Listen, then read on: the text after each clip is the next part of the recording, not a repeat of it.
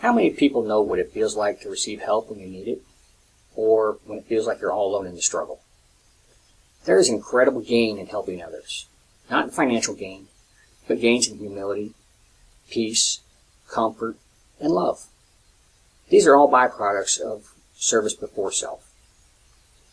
My grandmother was a nurse in her working years, and I grew up with having her in my life every day, which is something I cherish long after her passing. Although I only heard her say, "I love you" once that I can remember, we knew that she loved us through her generosity and her actions.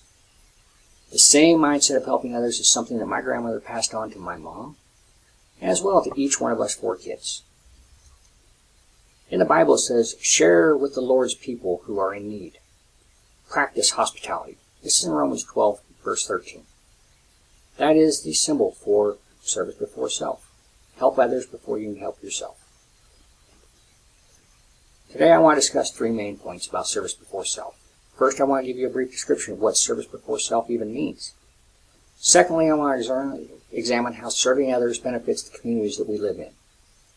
And lastly, I want to discuss some steps that we can use to build a service before self mindset. A service before self mindset is a way of thinking that places emphasis on helping others in front of self-promotion. It's an idea of giving of yourself for the greater good rather than giving to yourself for your own good. Service before self has several definitions depending on where it's used and what environment. The U.S. Air Force has service before self as a core value. In U.S. Air Force Doctrine in Volume 2 for Leadership, it has a really long definition of service before self. And this can all be summed up in just one of those many lines. And that line is a willingness to set aside one's needs and to make personal sacrifices. Our forces do this all the time, and as a Navy veteran, I hear this concept from one of my most respected leaders. Rear Admiral Sharon Redpath shared this during many of our town hall meetings for the unit, and I've had many one-on-one conversations with her about it. In leadership, service before self means that you take care of your people and you focus on them, not yourself. Let their gains be your gains. John Maxwell, in his book, Good Leaders Ask Great Questions, wrote, "The most loyalty I've ever earned has been from the people I've done the most to serve." That is so true in leadership. Even in the Bible it says, "For by the grace given me I say to every one of you, do not think of yourself more highly than you ought, but rather think of yourself with sober judgment, in accordance with the faith that God has distributed to each of you." This is in Romans 12, verse 3.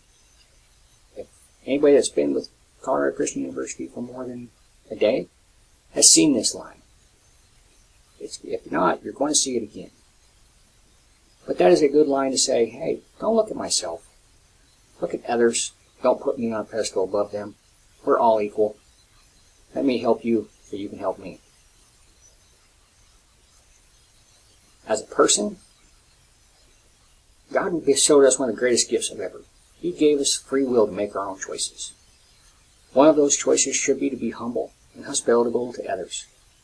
We should view everyone with a compassionate heart, regardless of his or her status in society.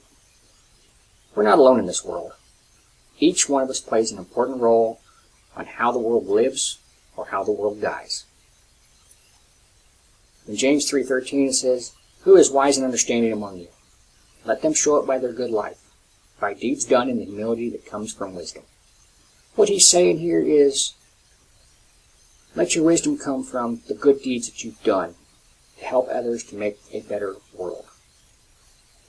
That is your good life. Understanding what service before self means allows us to turn our hearts so that our hands can reach out to those that need help. Whether they realize it or not, every community benefits from those same humble servants that practice service before self, whether they know they're doing it or not. I challenge you to pick up a newspaper and not find someone that has put others before themselves. A good example of that is first responders. They risk harm every day to save those in their weakest moments. I can relate to this. I spent 5.5 years working as an EMT, most of which time was volunteer time. There's many a night I was woken up in the middle of the night to go help care for someone who was in need. I wasn't alone in that. There was always several other people working right beside me for the greater good of humanity to help that person. I have a challenge for everyone. Next time you see a veteran or first responder, stop to thank him or her for their service and remind them that it is his or her service that has made a difference in this world. You'd be surprised at how little they receive appreciation for what they do. Volunteer organizations provide much needed assistance to people in need. They need help too. My church has an annual event every summer called Love Week. This is where members of the church go out in the community in large numbers to help organizations to support our communities around the area. Last year we had 738 people that performed over 20,000 hours of community service in a single week. We provide assistance to food banks, the elderly, animal shelters, schools, people with disabilities, and many other groups.